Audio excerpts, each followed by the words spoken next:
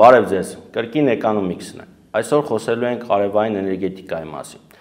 Այս ոլորտը ժամանակակից դինամիկ զարգացող ոլորտներից մեկն է հանդիսանում, այն ոչ միայն բնապահպանական, այլ նաև տնտեսական կարևոր նշանակություն ունի։ Հետևաբար դրա հնարավորությունների, խոչընդոտների, զարգացման ընդհանուր միտումների մասին տեղեկատվության խիստ անհրաժեշտություն ունենք, հաշվի առնելով նաև այն հանգամանքը, որ մեր բնակչությունը հատկապես վերջի շրջանում փորձում է օգտվել արևային էներգետիկայից, ինչպես նաև բիզնեսն է բավական հետաքրքիր ներդրումային ծրագրեր է փորձում իրականացնել այս ոլորտում։ Այս թեմայով խոսելու ենք Ecovil ընկերության հիմնադիր, գործադիր տնօրեն Վարդան Հովսեփյանի հետ։ Բարև ձեզ, պարոն Հովսեփյան, շնորհակալ եմ հրավերս ընդունելու համար։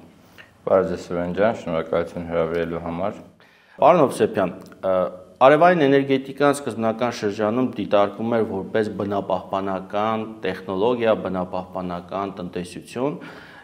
սակայն վերջին տարիներին նաև այս բաղադրիչին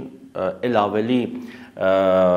ամրապնդվեց եւ գումարվեց տնտեսական բաղադրիչ, այսինքն արևային էներգետիկան ոչ միայն այսպես քիչ աղտոտելու համար է, այլ նաև բավական հետաքրքիր բիզնես է։ Խնդրում եմ մի քանի այսպես խոսքով ներկայացնեք արևային էներգետիկայի բնապահպանական եւ տնտեսական առավելությունները։ Սիրով, իրապես ճիշտ եք ասում, բայց եթե սկսենք ամենասկզբից, երբ որ ոլորտը սկսեց զարգանալ, դա եւ 2017 թվականը կարող ենք համարել, երբ որ օրենսդրական փոփոխություններ տեղի ունեցան եւ հնարավորություն եղավ այսպես փոխոսքեր ապահովել, որպեսզի տերմինը հասկանալի լինի մեր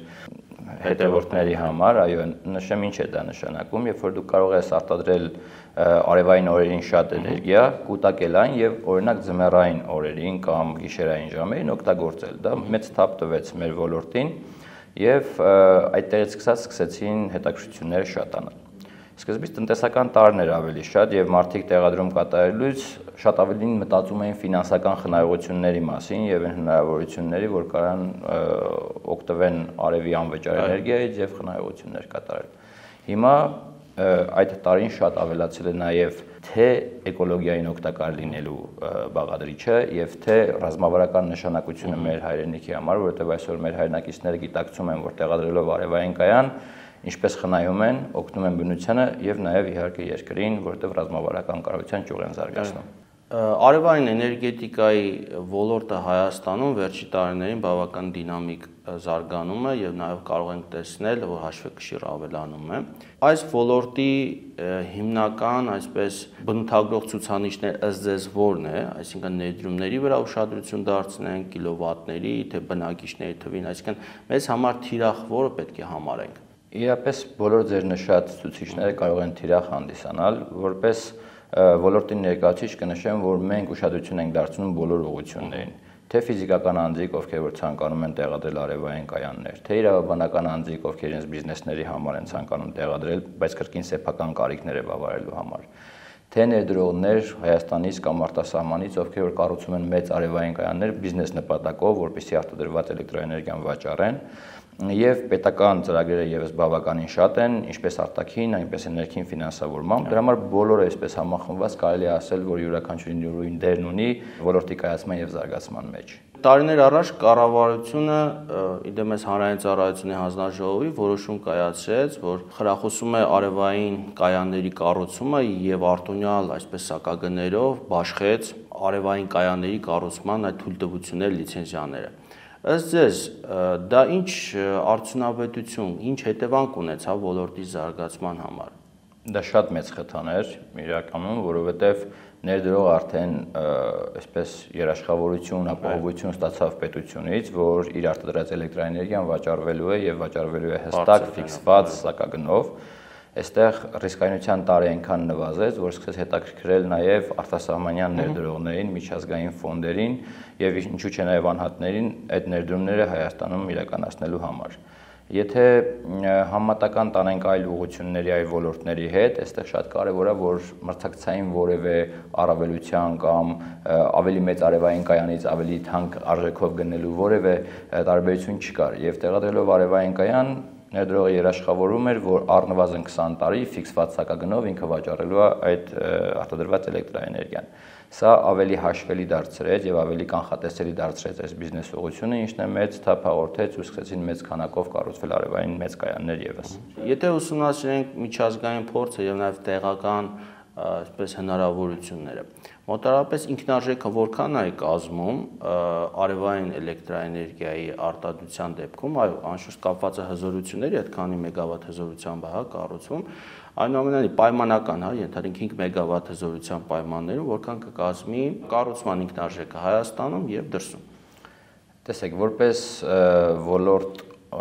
եւ ոլորտի ներկայացուցիչներ Հայաստանում արևային էներգետիկան բավականին զարգացել է եւ մենք կարող ենք արդեն իսկ համատականներ տանենք շատ զարգացած երկրների հետ։ Դրա համար ծավալների տեսանկյունից, երբ որ մենք սարքավորումների ձեռք ենք բերում, կարող ենք ասել, որ միջազգային նորմերին, միջազգային սակագներին համապատասխան ենք ձեռք բերում։ Այստեղ գալիս է արդեն աշխատուժի եւ մնացած այն կոմպոնենտների, այո, որը որ տեղում է լինում եւ բնականաբար Հայաստանում դա հնարավոր ավելի մատչելի իրականացնել, քան նույն Եվրոպայում կամ այլ երկրներում։ Դրա համար այսօր 1 կիլովատի տեղադրման ինքնարժեքը Հայաստանում ավելի մատչելի է, քան նույն եվրոպական զարգացած կամ նոր զարգացող, այսպես արևելյան Եվրոպայի նոր զարգացած ոլորտի վերաբերյալ է զարգացումը երկրներում։ Եթե մենք մի փոքր հարցին այլ տեսանկյունից նայենք, այսինքն հետգնման ժամկետով նայենք, այսպես ես կարող եմ դες պատասխանել, որովհետև բացի ներդրումը հենց կառուցումը, կարևոր է ինչքանով ենք ձեզանից գնում այդ էլեկտրաէներգիան, ինչքան երաշխավորված է կամ եթե այսօր ազատականացված շուկայում է վաճառքը, ինչ սակագներ են գործում, այստեղ 3 կոմպոնենտի բաժանենք, ձեր նշած մեծ կայանները, օրինակ 5 մեգավատանոց արևային կայանները, այսօրվա ներդրմամբ հնարավորություն կա մինչև 5-5.5 տարի պարզ հետգնման ժամկետի մասին է խոսքը առանց վարկային ռեսուրսների եւ այլն, հետգնում ապահովել։ Եթե խոսենք բիզնեսների մասին, ովքեր իրենց սեփական կարիքների համար են տեղադրում արևային կայանը, այստեղ մինչև 3 տարի է այդ ցուցանիշը կազմում եւ սեփական տներին դա մոտավորապես 4 տարի է կազմում։ Իսկ ինչ հետաքրքիր եւ մրցունակ ոլորտ է ստեղծվում, որովհետեւ արևային կայանները նախատեսված են աշխատել առնվազն 30 տարի եւ այն երաշխիքները, որոնք որ տրամադրվում են թե արտադրողների, թե կապալառու շինարար ընկերությունների կողմից, ամբողջովին զրոյացնում են այն ռիսկերը, եթե ճիշտ մատակարար են տրված, զրոյացնում են այն ռիսկերը, որ ներդրումը կարող է շահավետ չլինել։ Իսկ սպասարկման հետ կապված ծախսերը արդյոք մեծ են այս տարիների ընթացքում, շահագործման տարիների ընթացքում։ Կրկին անհրաժեշտություն կա այստեղ տարանջատել սեփական կարիքների համար տեղադրված արևային կայանների եւ մեծ կայանների, բիզնես նպատակով տեղադրված համակարգային կայանների, երբ որ սեփական կարիքների համար է տեղադրվում, այդտեղ սպասարկման գործոնը շատ չնչին տոկոս է կազմում եւ հիմնականում խոշոր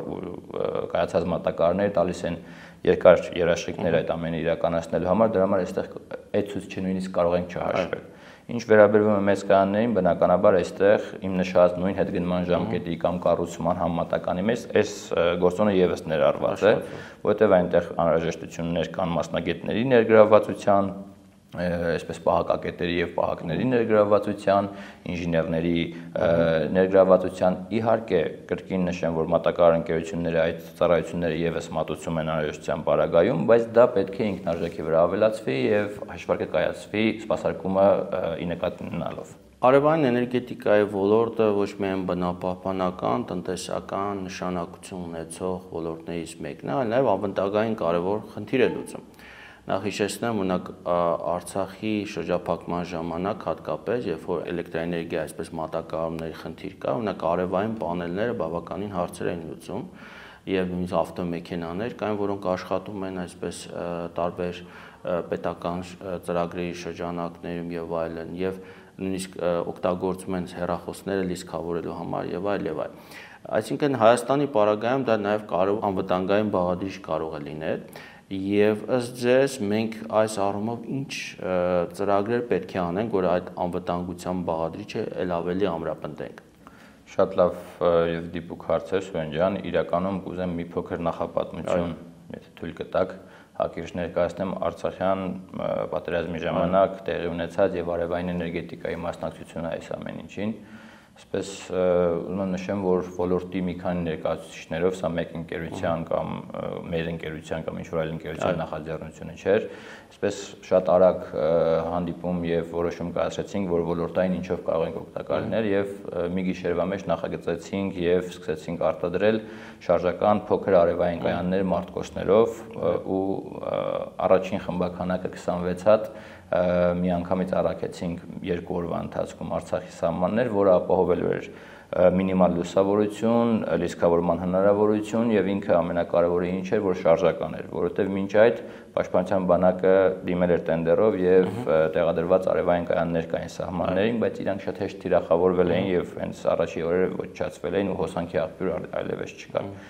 Իրականում շատ մեծ ակտիվություն առաջացրեց այդ ուղղությունը եւ համահայկական հիմնադրամը միացավ մեզ, այլ մի քանի հիմնադրամներ, անհատներ ու սկսեցինք մեծ քանակով արտադրել այդ սարքավորումներից, որոնց հասկացանք ինչքան կարեւոր կլինի էներգետիկ անվտանգության տեսանկյունից արևային կայանները։ Եթե մինչ այդ իհարկե խորապես գիտակցում ես, որ կա այսպես էներգետիկ անվտանգության տար, բայց ավելի շատ ֆինանսական խնայողությանն էին մեր գործընկերներն ու հաճախորդները գնում,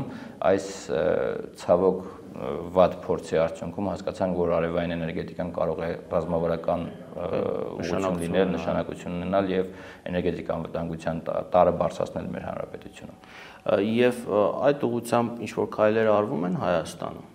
Այսօր ծրագրեր ունեք։ Այն մոտեցումը, որ այսօր պետությունը ստանձնել է եւ սուբսիդիաներն ու հնարավորությունները, որոնք որ տրվում են արևային էներգետիկայով զբաղվող թե ընկերություններին, թե անհատներին, ովքեր որ ցանկանում են տեղադրել, դա հենց այդ խթաններից է հանդիսանում։ Այսօր խոսքը վերաբերում վարկերի սուբսիդավորման, գրանտների, դրամաշնորհների տրամադրման, այո, որովհետեւ բացի ֆինանսական էժան ռեսուրսը, որը հնարավոր է ձեռք բերել արևային կայան տեղադրելու համար, այդ արդեն իսկ էժան ռեսուրսը սուբսիդավորվում է պետության կողմից եւ այսօր շատ քիչ ոլորտներ եւ ուղղություններ կան, որտեղ ընդհանուր մինչեւ 0% տոկոսադրույքով առանց որևէ կանխավճարի հնարավոր է տեղադրել արևային կայաններ, այսօր այդ շատ օգնեց մեր ոլորտի զարգացմանը։ Ֆիզիկական անձիկ 150 կիլովատի չափով կարող են արևային կայաններ տեղադրել իրենց սեփական նաև կարիքների համար եւ տարբեր ծրագրերից օգտվել այդ կայանը կառուցելու, շահագործելու համար։ Կուզեմ նաև խոսենք այս ոլորտի խնդիրների մասին, խոչընդոտների մասին, այո, շատ բան է արվել, բայց այս ոլորտը էլ ավելի զարգացնելու համար ինչ անելիքներ ունենք, ինչ խոչընդոտներ ունենք, որ պետք է հաղթահարենք։ Այսօր ամենաակտուալ թեմաներից մեկն է, որովհետև դինամիկան արևային կայանների զարգացման բավականին մեծ էր եւ ենթակառուցվածքները կարող եմ ասել, որ պատրաստ չէին այս դինամիկային, այո։ Եվ այստեղ ունենք խնդիրներ։ Խնդիրներից կայանում են, որ օրինակ նույն ձեր նշած 150 կիլովատ առավելագույն շեմը ի սկզբանե 500 կիլովատ էր իրավաբանական անձանց համար, նվազեցրեցին 150 կիլովատի։ Հիմա քննարկումներ են գնում, որ դա եւս ինչ-որ փոփոխություններ տեղի ունենան, որովհետեւ թե ենթակառուցվածքները էլեկտրական ցանցերի բաշխիչ որպես թե սերեկային ժամերի արտադրած էներգիայի ավելցուկը այսօր խնդիրներ են առաջացնում եւ համակարգային լուծումներ են այստեղ անհրաժեշտ, բնականաբար վերցնել եւ այսպեսի կարեւոր ուղղությունը լուծում գտնել խոչընդոտներով կամ սահմանափակումներով ոչ միայն ոլորտի ներկայացուցիչները, այլ վստահ եմ մեր հանրությունը եւս ճիշտ չի համարի։ Ճիշտ հասկացած ես, դուք առաջարկում եք, որ այդ շեմը բարձրացնել։ Ես չեմ առաջարկում հիմա բարձրացնել, ես առաջարկում եմ գտնել լուծումներ, որպեսզի չնվազեցնել եւս մեկ անգամ, այլ կարողանալ ավելցուկ էներգիան ընդհանուր ցանց սարքել հարևան Վրաստանի կամ Պարսկաստանի հետ, վաճառել ավելացած էներգիան կամ, չգիտեմ, փոխանակել ցերեկային ժամերը երեկոյան ժամերի հետ, ինչպես միջազգային պրակտիկան է եւ մեկ ընդհանուր ցանցն օրինակ, չգիտեմ, եվրոպական մի շարք երկրների միջև կամ մեր բալթյան երկրները ունեն ընդհանուր ցանց, սա բավականին կհեշտացնի եւ կօգնի, որպեսզի ցանցը ընդհանուր համակարգի չծանրաբեռնվի, որտեղ այսօր ունենք մենք այդ խնդիրը։ Այս պահին իրոք որոշակի ծանրաբեռնվածություն կա, նաեւ այս թեմայով խոսել էի էներգետիկ ոլորտի տարբեր մասնագետների հետ, նրանք ֆիքսում են, որ երբ որ կայանը դրվում է, արևային կայանը, դա նրանց համար լրացուցիչ գլխացավանք է դառնում ցանցի համար, այսինքն իրենք պետք է այդ էլեկտրաէներգիան ընդունեն, երբ որ գերարտադրություն կա այդ մարդու մոտ կամ կազմակերպության մոտ, հետո վերադարձնեն։ Ասում եմ, սա մեզ մոտ որոշակի ծախսեր է առաջացնում եւ սա կարգավորելու անհրաժեշտությունն է։ Նույնիսկ շատերը բարձրացնում են սպասարկման վճարի գաղափարը, որ պետք է սպասարկման վճար վճարվի, հա, այս առումով։ Ինչպես եք տեսնում այս լուծումը, որ ցանցը իրոք զարգանա, որ ցանցի վրա չթողենք, հա, այս ծանրաբեռնվածությունը։ Իրականում այդ խնդիրը կա եւ ինչպես նշեցինք դրան անհրաժեշտ են լուծումներ, բայց այդ լուծումները ոչ թե պետք է լինեն սահմանափակել խոչընդոտելով, օրինակ ձեր ասած տարբերակը սպասարկման կամ իմ ասած տարբերակը, որը որ ընդհանուր ցանցի ստեղծմանը, դրանք կարող է փոքր տոկոս են, բայց արդեն քայլեր են լուծումների համար։ Միգուցե լինի տարբերություն կուտակած էներգիա եւ հետ վերցրած էներգիայի ծավալի, դա եւս ընդունելի տարբերակ է։ Գիտեք ինչու՞մն է կանում այստեղ խնդիրը, որ երբ որ արտադրվում է էլեկտրաէներգիան ցերեկային ժամերին, ինքը ստաբիլ չի եւ միգուցե անպամացություն լինի եւ այստեղ բաշխիչի եւ համակարգի օպերատորի, շուկայի օպերատորի մոտ առաջանում են հարցեր, խնդիրներ եւ կարգավորման խնդիրներ։ Բայց ես հարցին խնդրեմ նայենք նաեւ մեկ այլ տեսանկյունից, նայենք օրինակ տնտեսական տեսանկյունից եւս։ Մի շարք գործընկերներ, օրինակ արտադրողներ, ովքեր որ տեղադրել են արևային կայաններ, իրենք կարողացել են իրենց ինքնարժեքը պրոդուկտի նվազեցնել եւ շատ ոլորտներում բավականին շատ նվազեցնել։ Եվ մրցունակ են դարձել թե արտահանման մեջ, թե կարողացել են ավել եկամուտ ստանալ, թե կարողացել են դրա շնորհիվ ավել հարկ վճարել։ Այս կոմպոնենտը վերցնել միայն էներգետիկ տեսանկյունից եւ դիտարկել այսօր ճիշտ չեմ համարի, անհրաժեշտ է բոլոր ուղղություններով նայել եւ տնտեսական ուղղությամբ սահմանափակելով արևային կայանները մենք մեծ խնդիր կունենանք, թե մոտ 50-60 ընկերությունների մոտ, ովքեր որ զբաղվում են այս ոլորտով եւ ունեն ավելի քան 3000 աշխատակիցներ, վճարում են, չգիտեմ, մենակ մեր ընկերությունը օրինակ միլիարդ եւ ավել հարկ վճարել է 2024 թվականին։ Եվ այն ընկերությունները, ովքեր պլանավորում էին տեղադրել արևային կայաններ, խնայողություն ապահովել եւ դա ուղղել օրինակ իրենց ինքնարժեքի նվազեցմանը, տնտեսական տարը բավականին այստեղ կարեւոր է։ Իսկ էներգետիկ, ինժեներական, տեխնիկական մասով միանշանակ անհրաժեշտ են լուծումներ, բայց այդ լուծումները պետք է լինեն քայլ առ քայլ, քննարկելով, հասկանալով ինչպես անել, որպեսզի ոլորտը ոչ թե չզարգանա, այլ առնվազն պահպանի նույն զարգացման տեմպը։ Հասկանալի է։ Պարոն Հովսեփյան, ձեր ընկերությունը արևային էներգետիկայի ոլորտում առաջատարներից մեկն է, բավականին ակտիվ է։ Հետաքրքիր է նաև ինչ խոշոր ներդրումային ծրագրեր եք դուք իրականացնում Հայաստանում կամ ինչպես եք տեսնում Հայաստանի զարգացման տենդենսները մոտակա 10 տարիների համար։ Այսինքն ձեր թիրախավորն է լինելու եւ միգուցե նաև մարդիկ, կազմակերպությունները եւս փորձեն դա իրենց օրակարգ ներառել։ Իրականում մի քանի օր առաջ հաշվարկ էինք իրականացնում հենց ներդրումների հետ կապված, բայց արտասահմանից իրականացված ներդրումները միայն մեր ընկերությունում արևային կայաններ կառուցելու նպատակով եւ մի ընկերության համար այսպես բավական հետաքրքիր ցուցանիշներ դուրս բերեցինք մոտ $40 միլիոն ԱՄՆ-դոլար սահմաններում ներդրում է իրականացվել միայն արտասահմանյան կամ անհատներ կամ մեր հայրենակիցներ, ովքեր բնակվում են արտասահմանում կամ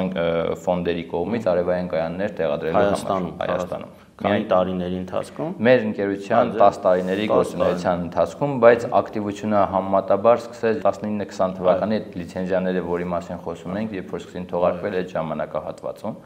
Եվ բավականին մեծ քանակով այդ ներդրումները բնականաբար բերեցին մի շարք աշխատատեղերի բացմանը եւ ամենակարևորը ինչն է, որ տվյալ համայնքներում մի շարք թեպետ ժամանակավոր կարող է 7 ամիս, 8 ամիս կամ 1 տարի, բայց ստաբիլ աշխատատեղերի բացմանը ու բացի այդ ամենը այստեղ շատ կարևոր տարեր ինչ հողեր պետք է օգտագործվեին, եթե սկզբից արևային կայանների համար տրամադրում էինք այլ ասել գրեթե ցանկացած հող եւ նույնիսկ բերի հողերի վրա էին տեղադրում արևային կայաններ, որը թեպետ ոլորտում էինք, բայց մեզ համար ընդունել չէր։ Հիմա շատ ուշադիր են այդ տարին եւս ու երբ որ տեխնիկական տեսանկյունից ենք նայում, մեզ համար շատ բարդացել է սարերի, ձորերի, ժայռոտ տեղերի կամ ոչ լավ գրունտի վրա տեղադրելը, բայց տնտեսական տեսանկյունից, գյուղատնտեսական տեսանկյունից սա եւս շատ կարեւոր է։ Այսինքն քայլեր ձեռնարկվում են եւ այդ քայլերը ճիշտ ուղղությամբ են գնում։ Ներդրումների մյուս տարը, որ ձեր թույլտվությամբ կցանկանայի նշեի, մեր ընկերությանն էր վերաբերվում, որովհետև ընկերությունը զարգացման տեմպը բավական լավ էր եւ մեր ընկերությունում ներդրում իրականացրեց եվրոպական ներդրումային ֆոնդ, որի հիմնական այսպես ինվեստորները հանդիսանում են EBRD բանկը, հանդիսանում է Եվրոմիությունը եւ այլն, այսինքն սա եւս չեմ ասի աննախադեպ, բայց եզակի պատահող երևույթ էր Հայաստանում, որ մասնավոր ընկերության հետաքրքրվեցին նման մեծ կառույցներ ու դա եւս վկայում է ոլորտի ճիշտ զարգացման եւ տենդենսի եւ միջազգային հանրության ուշադրությանը Հայաստանին արևային տեխնոլոգիաների տեսանկյունից։ Դուք ինչ նոր ծրագրեր ունեք նաեւ այս ուղղությամբ։ Դուք ինքներդ որպես ներդրող, որպես շինարար, կազմակերպություն։ Բացի մեր հիմնական աշխատանքը այսպես արևային կայանների տեղադրումը կլինի դա պետական, կլինի դա մասնավոր, մենք հետաքրքիր եւս մեկ ուղղություն ենք որդեգրել եւ այսօր ավարտական փուլում ենք ու մեր ընկերությունը մարտկոցների, կուտակիչների արտադրություն է սկսել Հայաստանում, հիմա արդեն թեստավորման փուլն ենք ավարտում, որը որ ձեր նշած նախորդ հարցի լուծումներից մեկն է, հա, ինչպես անել, որպեսզի ցանցը չծանրաբեռնվի, ինչպես անել, որ ներդրողների համար եւս շահավետ եւ հետաքրքիր լինի եւ ոլորտը զարգանա։ Այստեղ եւս բնականաբար անհրաժեշտություն է լինելու սուբսիդավորման, պետական աջակցության, որովհետեւ ինքնարժեքով իրենք բավականին բարձր են, թեպետ արտադրելով Հայաստանում կարողացել ենք նվազեցնել այդ ցուցիչը նույնիսկ անգամներով միջազգային գնացուցակի հետ համատելով։ Սա ամենակարևոր ուղղություններից է, որ հիմա ստանձնել ենք եւ համարում ենք, որ ինքը կարող է այս ոլորտի այդ խնդիրների մեծ մասը վերացնել։ Ուշագրավ է, որ վերջի շրջանում հատկապես խոսվում է այսպես հազվադեպ մետաղների մասին, ռուս-ուկրաինական կամ ուկրաինա-ամերիկյան այս հարաբերությունների շրջանակներում հատկապես լիթիումի մասին է խոսում։ Հայաստանը ունի այդ հնարավորությունը մասսայական այսպես մարտկոցներ արտադրելու, այդպիսի մետաղներ ունենք մեզ մոտ, որ կարողանանք նաև սեփական հումքով։ Շատ պրոֆեսիոնալ չեմ պատասխանի ձեր հարցին, որովհետև այսպես խորապես ուսումնասիրություն չեն արել, բայց գործընկերները, ովքեր որ եկել էին Հայաստան եւ ուսումնասիրել էին, ասին, որ բավականին հետաքրքիր ծավալի լիթիում կա Հայաստանում եւ հնարավոր է, որ դա խթան հանդիսանա, որպեսզի ոչ միայն մեր նման ընկերությունները, որոնք որ ծավալներով կարող է 10 անգամ ավելի փոքր արտադրեն, քան չգիտեմ, ավելի մեծ ընկերությունները, որպեսզի հենց դրսի խոշոր ընկերություններ ներդրում անեն արտադրությունը Հայաստանում դնելով, քանի որ այդ հումքը եւս Հայաստանում կա։ Այսօր առաջնային փուլում մենք հումքը ներկրելու ենք, որովհետեւ վերամշակման կամ նմանատիպ խնդիրների հետ կապված դեռևս պատրաստ չենք ինքներս ստանալ այդ հումքը, բայց Հայաստանը այդ պոտենցիալն ունի եւ ընդերք օգտագործման, ճիշտ պլանավորման եւ ճիշտ ձև այդ ամեն ինչը կազմակերպելու արդյունքում սա կարա աննախադեպ մեծ քայլ լինի, որովհետեւ այսօր համաշխարհային շուկան մարտկոցների աճում է այնպես, ինչպես մի քանի տարի առաջ արևայինն էր, որ նշում էինք։ Եթե մեկ ցուցանիշ ասեմ, 2023 թվականի համեմատությամբ 2024 թվականին մարտկոցները 35%-ով ավելի շատ են վաճառվել աշխարհում ու արդեն իսկ առաջին 2 ամսվա ընթացքում 2025-ի այդ ցուցանիշը ել ավելի է մեծանում, այնպես որ սա ապագաներից մեկն է եւ հուսամ, որ մենք որպես երկիր թե հումքի տեսանկյունից, թե տնտեսվարողները որպես արտադրող կարողանանք մրցունակ լինել նաեւ այստեղ շուկայում։ Էներգետիկ ոլորտի զարգացման համար շատ կարևոր նշանակություն ունի կադրերը, կադրերի հարցը եւ ձեր ընկերությունը ինչպես է տեսնում այս հարցի լուծումը եւ առհասարակ ինչպիսի պահանջ եք դուք ներկայացնում կրթական համակարգի համար, որը թույլ կտա ձեր խնդիրները լուծել։ Ամենաակտուալ եւ կարևոր հարցերից է այսօր եւ կարծում եմ ոչ միայն մեր ոլորտում։ Ի սկզբանե, երբ որ ոլորտը սկսեց զարգանալ եւ մենք էլ մեր դերն ունեինք այդ զարգացման մեջ, կարևորություն էինք տալիս ուսուցանմանը եւ իրազեկմանը, որը ավտոմատ արդեն սկսեցինք վերածել նաեւ վերապատրաստմանը եւ սովորեցնելուն։ Այսօր կարող եմ նշել, որ հայաստանյան այս ոլորտի ներկայացուցիչները բավականին փորձառու են եւ կարող են օրինակ նախագծի օրինակով ասեմ, հա որպես այսպես ֆիզիկապես տեղադրման չանդրադառնանք, երբ որ մենք նախագծում ենք արևային կայան եվրոպական ընկերություններից մեկի համար եւ այնտեղ բնականաբար այդ նախագիծը ստուգվում է, մենք շատ դրական արձագանքների եւ նույնիսկ հաճախ զարմանք ենք տեսնում, որ ինչպես Հայաստանում այսպիսի գրագետի փոքրիկ եւ պրոֆեսիոնալ նախագիծ է իրականացվել։ Միջազգային նշեմ, որ մեր ընկերությունը մասնաճյուղ ունի Շվեյցարիայում ու նույն հայկական բրենդով հանդես են գալիս Շվեյցարիայում, այսպես փոքրիկ մեր հպարտության կետերից մեկն է ու նախագծերը Հայաստանից հայաստանյան թիմն է իրականացնում Շվեյցարիայի, որը որ ամբողջությամբ համապատասխանում է շվեյցարական բարդ եւ պահանջկոտ նորմերին։ Եթե խոսենք մեր փորձի մասին, մեր մասնագետների մասին եւ մեր նման ընկերությունների իրականացրած աշխատանքների մասին, քանի անգամ առիթ եղել է սրա մասին խոսեմ ու միշտ նույնիսկ հարց եմ տվել, արդյոք Հայաստանում շատ ոլորտներ գիտենք, որը որ անխոս առաջատար է տարածաշրջանում։ Ես այդպեսիք շատ չգիտեմ։ Միգուցե մեկ ձեռքի մատերի վրա կարողանանք ցալենք։ Արևայինը միանշանակ դրանցից մեկն է։ Մենք մասնաճյուղ ունենք նաեւ Վրաստանում, որտեղ մեր փորձը անգնահատելի է իրանց համար։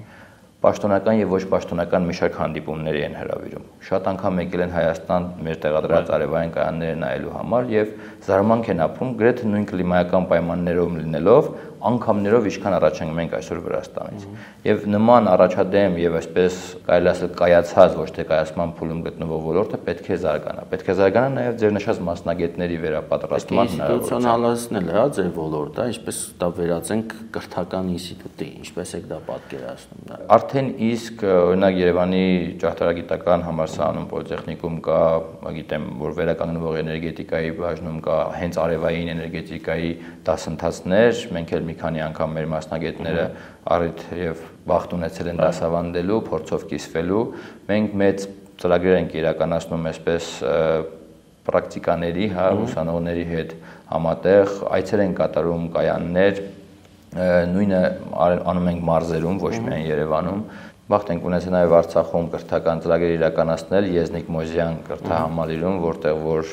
շատ հետաքրքիր արևային բաժին կար ու սովորացնում են արևային կայաններ տեղադրման։ Մեր փորձով կիսվեցինք եւ հետաքրքիր կադրեր այնտեղից եւս դուրս եկան, ովքեր որ ցանկանում էին զբաղվել։ Կրթական փորձը, կրթական գործոնը շատ կարևոր է եւ ոլորտի զարգացման ամենակարևոր կետերից մեկն է։ Դուք նաեւ անշուշտ հետևում եք միջազգային փորձի։ Միջազգային այսպես տենդենսները որ ուղղությամբ են եւ ինչ կարող ենք մենք ընդօրինակել եւ տեղայնացնել այս բանը։ Մի քանի տարի մասին միջազգային փորձի մենք մեր զրույցի ժամանակ արդեն խոսեցինք, դրանք օրինակ ընդհանուր ցանցի ստեղծումն է, որպեսզի արևային կայանները շատ ծանրաբեռնվածություն չառաջացնեն բաշխիչների համար, խոսեցինք մարտկոցների մասին, որոնք որ շատ իրականացնում են այսպես էլի բեռնաթափման գործոնը, այո։ Մնացած տեսանկյունից ես մի փոքր կուզեմ, որ մեր երկրում էկոլոգիայի վրա ավելի շատ կենտրոնանան եւ մեր թե տնտեսվարողները, թե հաճախորդները, թե ոլորտի ներկայացուցիչները, թե պետական ներկայացուցիչները էկոլոգիայի վրա մեծ ուշադրություն դարձնեն, այսինքն այն առավելությունը, այն այսպես ասած գազի կրճատման գործոնը, որ ունի արևային կայանները, բավականին մեծ ցուցիչ է եւ կարող է այսօր շատ խոսվում, չէ, Երևանի օդի աղտոտվածության մասին եւ այլն, կարող է շատ մեծ դրական քայլ լինի դրա այսպես նպաստմանը, որպեսզի օդը մաքրվի։ Օրինակ նույն եվրոպական երկրներում շատ կարևոր այսպես թիրախ է ESG, օրակարգը, կայուն զարգացման օրակարգը եւ ընկերությունները ունեն ESG-ին ուղղված իրենց ծրագրերը։ Հայաստանում այդպիսի ընկերություններ կան, որոնք դիմում են ձեզ, ենթադրենք մենք ուզում ենք այս ուղղությամբ կրճատումներ անենք, դուք իրենց խորհրդատվություն եւ այլ առաջարկություններ եք անում։ Այո, կան եւ միջազգային ընկերություններ այդպիսին եւ յուրախություն մեզ կան ընկերություններ, որոնք հայկական են եւ չեմ նշի անունները, բայց մենք ունեցել ենք հաճախորդ, ով առաջին մի քանի հարցը եւ մի քանի հանդիպում միայն էկոլոգիայի վերաբերյալ է հարցեր տվել։ Շատ հաճելի, զարմանալի փաստ էր, բայց նաև միևնույն ժամանակ կուզեմ նշեմ, որ այս գործոնների համախմբվածությունը, այս ընդհանրությունը, որը որ կա, հենց այն կարևոր զարգացումն էին հանդիսացել արևային կայանների եւ մենք մշտապես այսպես ինքներս ենք փորձել բացատրել, որ այո շատ լավ է որ կխնայեք, այո շատ լավ է որ բայց նաև էկոլոգիային եք օգնելու, բայց ձեր թույլտվությամբ նախորդ փորձից եվրոպական կուզեի ավարտեի միտքս կապված օրենսդրական մի քանի հետաքրքիր փաստերի մասին, որոնք որ կան եվրոպական զարգացած երկրներում եւ շատ հետաքրքիր կլիներ ոլորտի զարգացման, եթե կիրառեն Հայաստանում։ Օրինակ, մի շարք երկրներում նոր շենք կառուցելու շինարարական թույլտվություն ստանալու համար պարտադիր կետ եւ տար է, որ դու պետք է տանիքում ունենաս արևային կայան։ Եթե չունես արևային կայան, չես կարող կառուցել քո տունը կամ կոմերցիոն տարածքը եւ այլն։ Դա բնականաբար մեծ ակտիվություն առաջացրեց եւ նաեւ ծավալների մեջ։ Մնացած ֆորումներով իրապես ուզում եմ ասեմ շատ անգամներ փորձ ենք ունեցել թե միջազգային ֆորումների մասնակցելու, թե քանի որ մասնաճյուղ ունենք, որ ասում եմ վաճառքից մինչև տեղադրման գործընթացում ներգրաված լինելու, հայաստանյան փորձը արևային տեխնոլոգիաների առնվազն չի զիջում զարգացած եվրոպական երկրների փորձին արդեն իսկ տեխնոլոգիաների տեսանկյունից մի փոքր անհրաժեշտ է որպեսզի հասնենք, որովհետև արդեն իսկ այնտեղ ակումուլյատորներով տեղադրման փորձը կա, մի փոքր ավելի քիչ էֆեկտիվությամբ, բայց տեսքով այլ ճկվող արևային վահանակներ եւ այլ նմանատիպ նյուանսներով պետք է որպեսզի մենք եւս մի փոքր զարգանանք, բայց ընդհանուր առմամբ շատ դրական եւ հաճելի է, որ գնում ես, համատում ես, ցույց ես տալիս մեր իրականացրած Հայաստանում իրականացրած պրոյեկտները ու միայն զարմանք ես տեսնում գործընկերոջ դեմքում, ոնց ասում եմ, Հայաստանում է sense կայաններ, սարերի վրա բարդ տեղադրումներ, այնպես հարթ լանդշաֆտների վրա չի, դա շատ հաճելի է։ Շնորհակալ եմ Բարեն Հովսեփյան հետաքրքիր զրույցի համար, բավականին հարուստ փորձ ունեք եւ այդ փորձը փոխանցելու նաեւ խնդիր ունեք։ Հուսով եմ այս հաջորդ 10 տարիները ձեր ընկերության համար, ձեր ոլորտի համար կլինի ձեռքբերումների եւ նվաճումների տարի։ Սիրելի հետևորդներ, մենք այսօր քննարկեցինք արևային էներգետիկայի ոլորտը, Հայաստանի բացարձակ կամ համատական առավելություններից մեկն է։ Սա ոչ միայն տնտեսական, բնապահպանական, այլ նաև կարևոր անվտանգային բաղադրիչ ունի։